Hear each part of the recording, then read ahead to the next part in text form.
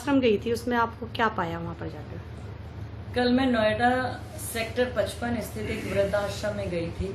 उस आश्रम में मैंने देखा कि उस आश्रम में वृद्धों की स्थिति इतनी खराब है कि आप जेल को कहते थे कभी कि जेल खराब होती है, वो जेल से भी बदतर स्थिति है।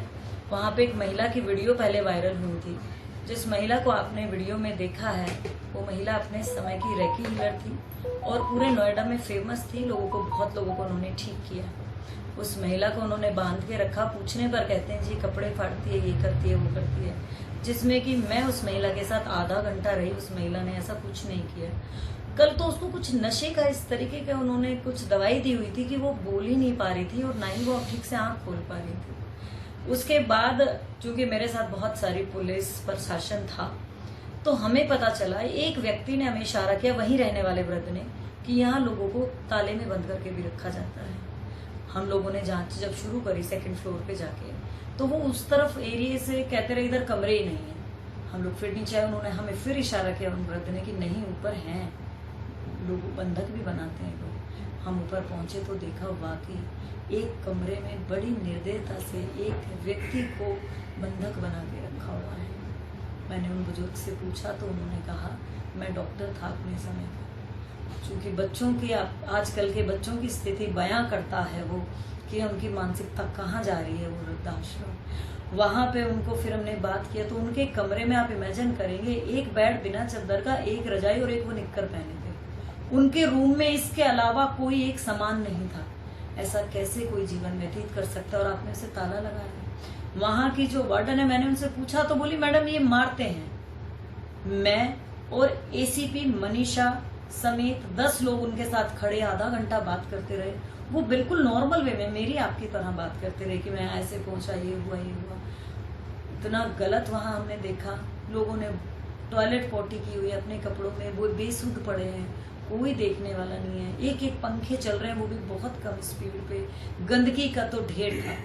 इस सब के बाद भी जो सबसे खराब चीज थी वो ये कि जब हमने मांगा कि इनको कब आपने डॉक्टर को लाश दिखाया था, तो उन्होंने उनको जिंदगी में कभी डॉक्टर को विजिट ही नहीं कराया है।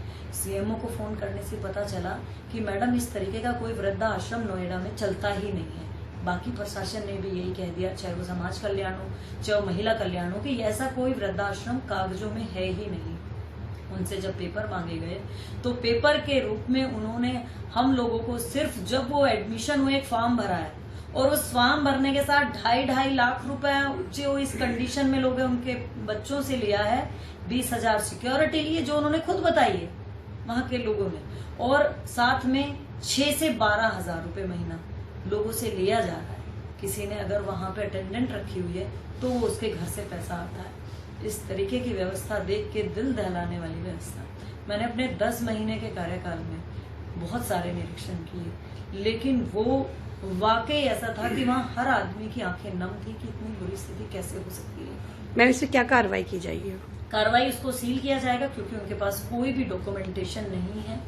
दूसरा, जो महिला आपने वीडियो में देखी है, जो बहुत बर्बरता से उस महिला को बांधे है और बहुत ही उसके खिलाफ हम एफआईआर दर्ज कराएंगे। साथ ही में सभी के सभी लोगों को, 3 लोग जिसमें कि अभी शिफ्टिंग की प्रक्रिया चल रही है, सभी लोगों को वहां से शिफ्ट करा करके, एक धनकौर में है और एक अपना घर, ये 2 हमारे वृद्धाश्रम में सरकारी, उनमें शिफ्ट कर दिया जाए। कि हमें घर नहीं जाना, वहाँ ऐसी क्या स्थिति बनी जो वो जाने के लिए मना कर रहे हैं?